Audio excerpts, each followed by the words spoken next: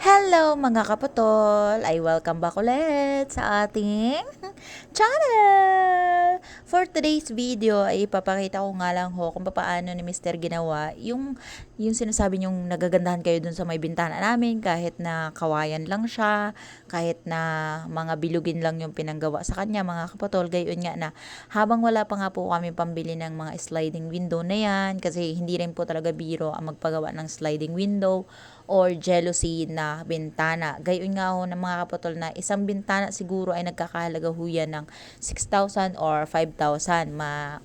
Isang bintana pa lang yun mga kaputol. Pero maghanap pa rin tayo mga kaputol ng mas pasok sa budget. Ganon!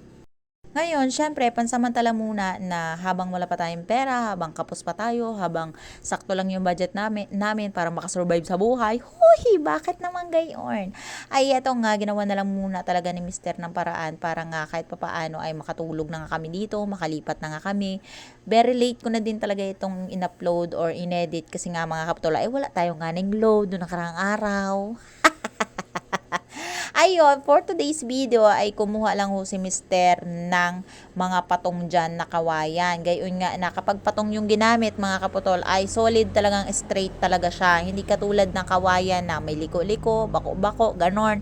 Yes, talagang matrabaho kapag kawayan. Kawayan din naman ito mga kaputol pero itong kasing kawayan na ito ay straight siya. Hindi mo na kailangan pang kayasin ng tudo-tudo, yung parang papantayin ng sobra-sobra para lang makuha mo yung pantay niya. Kapag kawayan, ganon. Pero kapag ito kasing patong, diretso na to. Konting linis lang, konting kayas lang, ay for the go!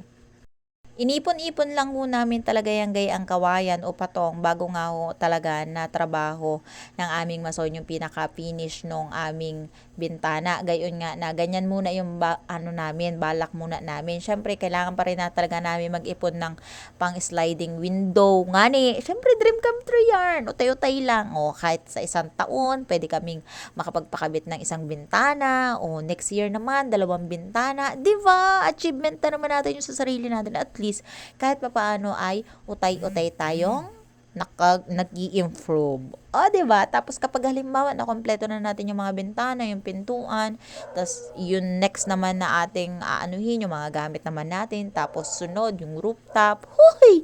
Rooftop yarn! Grabe naman talaga naman. Pero wala pa tayo doon sa next level ng ating dream house mga kapatol. Gayon nga na magtitiis muna tayo sa ganitong mga binta-bintana o 'di ba kahit papaano naman ay very native siya, native materials. Tapos kahit nagayan mga kapatol ay napakaganda nga hong tignan. 'Di ba napaka-presko. Tapos, syempre, makeover na laang din talaga namin yung aming loob na kwarto para kahit papaano naman ay gumanda naman yung aming pagtulog, paglabas mo ng bahay ay maayos. Tapos, pagdating ko nga ho sa galing trabaho ay natuwa nga ho ako kasi pinaprangka ko ng asawa ko, hindi nga daw siya nakapagtrabaho niyan kasi nga masakit daw yung lalamunan niya. Ay sabi ko, okay lang, baka masakit nga talaga, ay kailangan niya ng pahinga. Ba? Tapos syempre, giliw na giliw nga ako at excited ako umuwi lagi sa bahay. Gayon nga na nakalipat na nga kami at kinagabihan nga yan mga kaputol ay kabilugan nga din talaga ng buwan. Kaya kailangan na din talaga naming lumipat sa bahay. Gayon nga mga kaputol na kapag kabilugan ka daw lumipat sa bahay ay swerte daw yon. Huy, baka naman purong aswang yarn.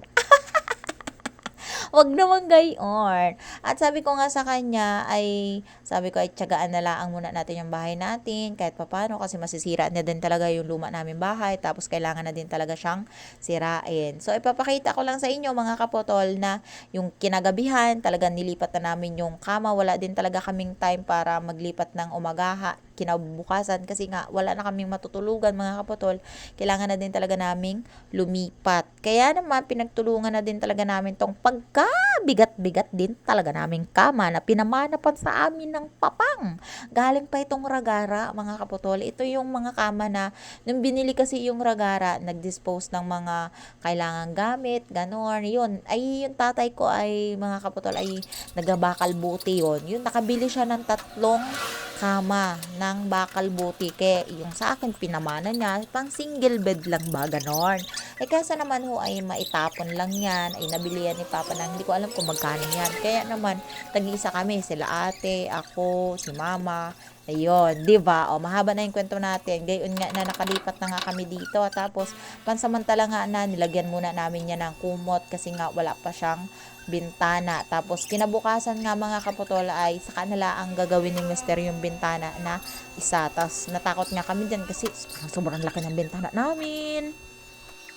Pero alam nyo ba, sobrang sarap sa pakiramdam kapag nakalipat ka na ng bahay, habang natutulog nga kami ni Mister dyan, habang ginapagtignan namin yung loob ng kwarto namin, sabi namin ni Mister, sabi ng asawa ko ay, grabe, yung galing ka sa mga kubo sa sirang bahay, tapos bigla kang lilipat dito sa mga ganitong klaseng concrete na higaan, tapos yung mga dingding, parang nakakapanibago. At eto na nga mga kapotola, ipapasilip ko na nga ako sa inyo yung makeover namin ng ilang gabi. At for the pink, at babaeng babae talaga yung kwarto ko.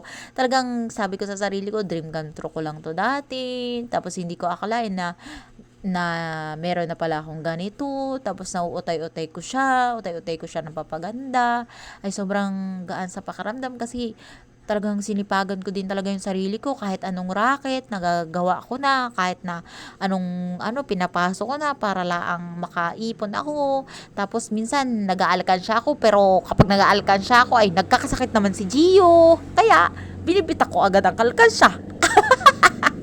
Kaya ang ginagawa ko, nagsisavings na lang ako sa card, nagsisavings na lang ako sa aking account. Tapos minsan hindi ko kinukuha yung mga vlog ko para kada December ko lang siya hanggang sa loob ng isang buong taon ay maipon ko siya. Kahit na 1,000 lang yung pumapasok sa akin sahod sa vlog, kahit na hindi naniniwala yung ibang tao na kung bakit nakakabili ako ng gayaan. Nakakabili po ako ng ganyan kasi may mga sponsor, may sahod ako sa trabaho ko, tapos pinagkakasya ko siya lang yung mga kailangan namin sa bahay, tapos more parcel para makaipon. Hoy! Ng gamit. Tapos syempre, bumibili lang ako ng mga gamit mga kaputol kapag halimbawa nga kailangan dito sa bahay. Syempre kapag may gusto nga akong gamit para sa kwarto ko, yan iniipon ko muna.